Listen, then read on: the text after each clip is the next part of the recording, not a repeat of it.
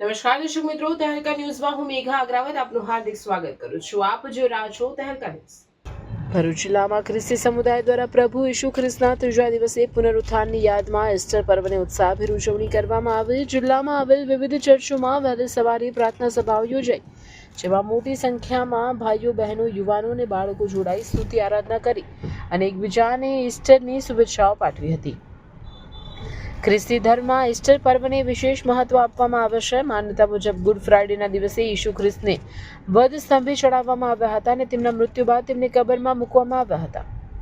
તેમ છતાં તેમના કહ્યા મુજબ ત્રીજા દિવસે રવિવારે તેઓ ફરી સજીવન થઈ લોકોને દર્શન આપ્યા હતા. ઘટનાની યાદમાં ખ્રિસ્તી ઉઠ્યો છે, તેની યાદમાં વિશ્વભરના ખ્રિસ્તી વિશ્વાસીઓ ઈસ્ટર સન્ડે તરીકે આ પર્વની ઉજવણી કરે છે. ઈસ્ટર નિમિત્તે ભરૂચ જિલ્લાના Ebenezer Methodist church, Sinai church, Catholic church તેમજ શાહીના ચર્ચ સહિતના ચર્ચોમાં વિશેષ પ્રાર્થના સભાઓ યોજાઈ હતી.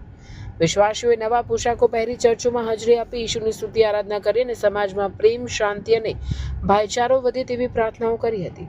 આ રીતે ભરૂચ જિલ્લામાં ઈસ્ટર પર્વ ધાર્મિક ભાવના અને ઉત્સાહ સાથે ઉજવાયો હતો. મારું નામ રેવરન જગદીશ ખ્રિસ્તી છે અને હું ભરૂચ એબેનેઝર મેથોડિસ્ટ ચર્ચમાં ધર્મગુરુ તરીકે સેવા આપું છું.